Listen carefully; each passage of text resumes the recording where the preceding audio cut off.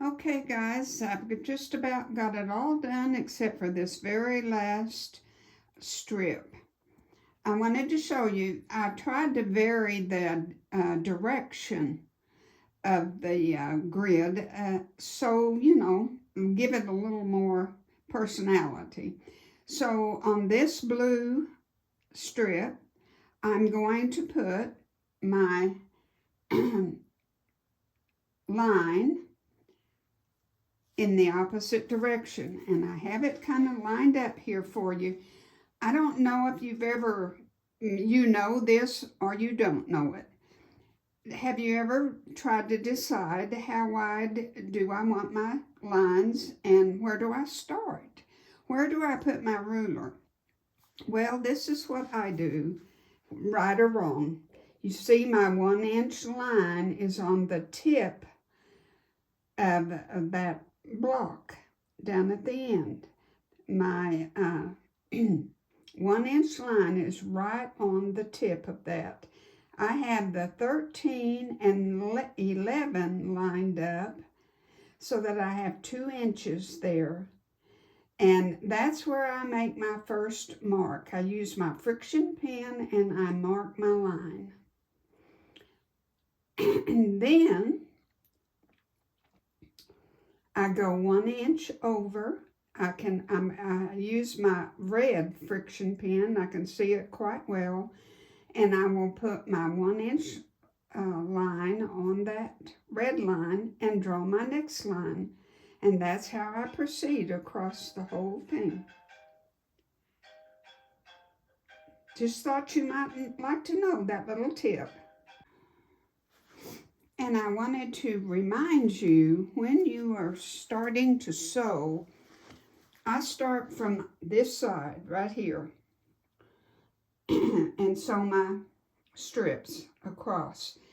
I always sew from the top of that strip to the outside, because if you sew from the outside, from right here up, you're going to have a little pucker right there, I guarantee you.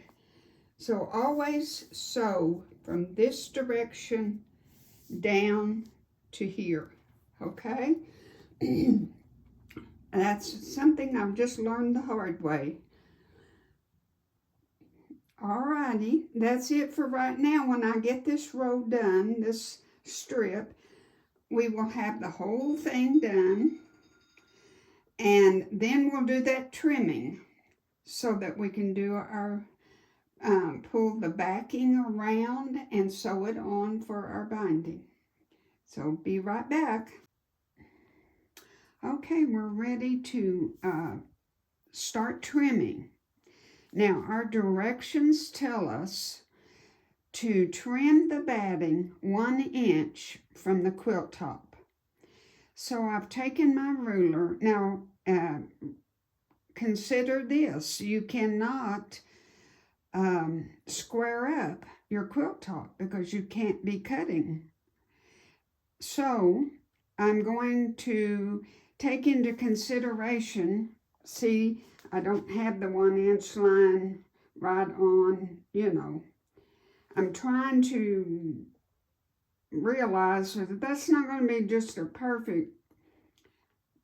So I'm putting my 1 inch where I think it should be, honestly. All right, I've done that. And then up here, I've got 1 inch up here on this side. See where the 23 and 22 are? I'm going to start drawing with my friction pen and starting at number 23. And then I'm going to go all the way across and mark my 1 inch and do the same on all 4 sides. And then I'm going to trim it with the scissors because that's the only choice you have. And then our directions tell us that we will, let me go over to the book, that we will trim our backing 2 1/4 inch larger than the quilt top. 2 1/4 inch. That's what your backing is going to be. And then we'll, now then you can use your cutter, or you can do it with scissors, whatever. You can mark it. But I am going to mark it. Or use this ruler and mark it. I don't know which way I'll go, but anyway. So I'm going to trim my batting and trim it by hand and use my scissors. And then the backing I can trim with my cutter. And then we will trim the corners. It tells us to do that, the backing corner, at a 1/4 inch angle from the top, from the quilt top. So we'll figure all that out in a minute. But that's how you start, first off, is trimming the batting. And take into consideration that your quilt is not squared up. So put your 1 inch kind of at an average where you think you've got a good 1 inch. And mark it and then trim it. And after I get this marked and get the first one trimmed, well, I'll come back and show it to you, okay? Okay, it looks like that strip right there is just a little bit short and crooked, so I have to allow for it. So I'm going to start, see where my 18 inches is. Okay, look at my brown strip from my ruler. I'm marking 2 1/4 inches from the top quilt top. So that's what I've done.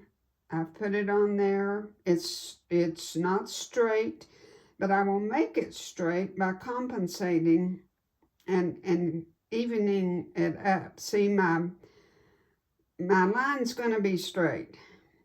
So this 18 inches, I need to go down to 2 1/4 inches from the edge of that. That's where I start cutting. 2 1/4 inches, and then 2 1/4 inches from this side. So where I've got my little mark there, that red mark, that's where I'm going to start cutting.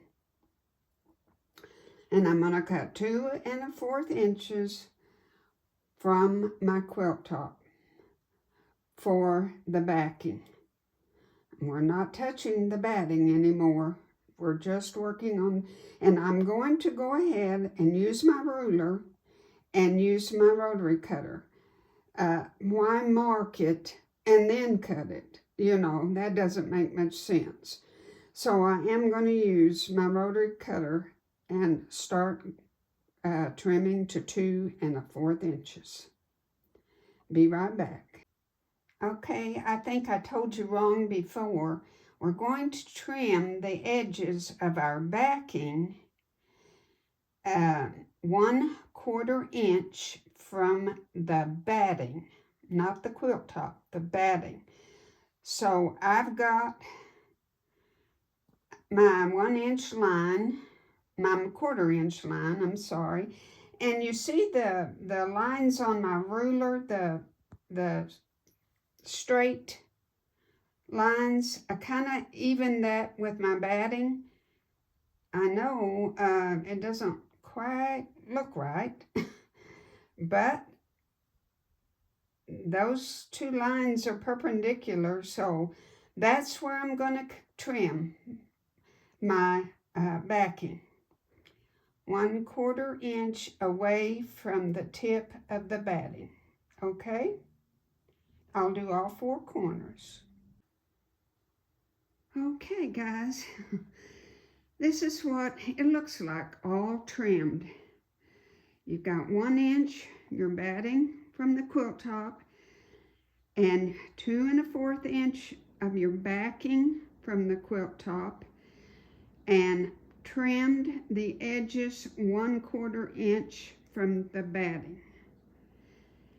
And then I will go to the machine and we'll fold this over and show you how you make your backing,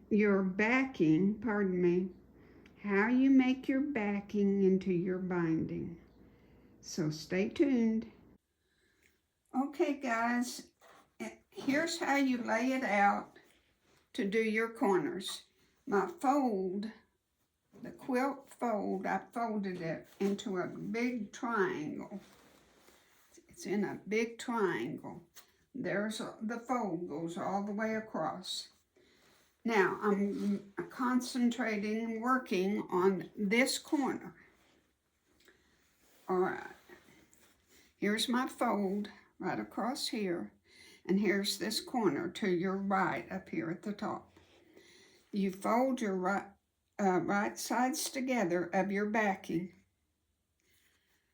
and you pin it at that corner so you had previously cut off 1/4 inch.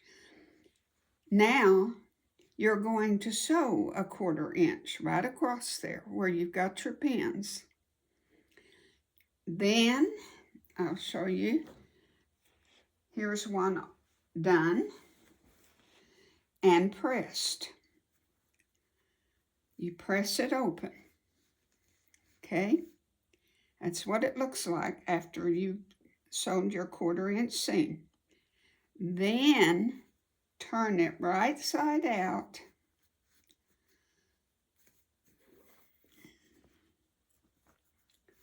Here's the back of it, and here is the front. Now, you turn under 1/4 inch all the way around, and I took a tape measure as I go and measure and make sure it's 1 inch. You don't want it all 1/2 inch here and 1 inch there. And pin it. You pin it all the way around. You get your 1/4 inch done and pin. 1/4 inch done and pin. Pin that all the way across, all the way around the quilt. And then, you're going to have thousands of pins. And then you will top stitch 1/8 inch on this line. 1/8 inch. Just take one pin out at a time as you go, and go slow. And it's going to have 1 inch of binding, what we call our binding. I think it's pretty, especially with the stripe. I think it's stunning to have 1 inch of it. If you wanted to make it smaller, I guess you could, but I like it the way it is. So you do your 1 inch all the way around. You first pin it all, folding it under 1/4 inch. Top stitch it down just past where the quilt top is. Just pin, pin, pin. Is that not neat? As soon as I get it all sewed, I will show you what it's going to look like. But it really is. If you have trouble putting on a binding, this should be your go-to. Just make your backing 2 1/4 inch bigger. Remember, from the quilt top, and your batting 1 inch from the quilt top. And there you have one fantastic, beautiful binding. Thank you so much for watching my channel. I appreciate it. God bless. See you next time. Hi there, everybody. This is Jacklyn with Nickel and Dime Decor. And I apologize for my hair, no makeup, not much of anything. But I wanted to finish up this video for you on this log cabin quilt, baby quilt. It's called Baby Steps. And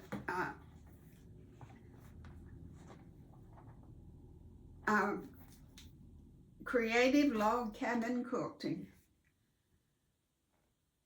House of White Birches. I wanted to kind of let you know this week while I was making this video in different stages. I was fine, but then I took my machine to be cleaned and it's very heavy. And I have a way of getting it loaded. I use my roller chair and put it on there and get it to the car. It works really, really good. I don't have to strain, you know. But when I got it home, it was on the little roller chair, and I had about that far to lift it up on the table. And I put my arms up under it, you know, and braced myself. And when I did, I felt my whole back just split right in two. And I'm telling you this because it's going to affect what I do on my videos. I will keep trying to have videos, I promise you. But I have a compressed vertebrae fracture, and I have osteoporosis mainly in my spine and neck area, and it's supposed to heal. Lord willing, it will heal in time, but I am in a lot of pain, and I can't sit for but just, you know, 10 minutes at a time.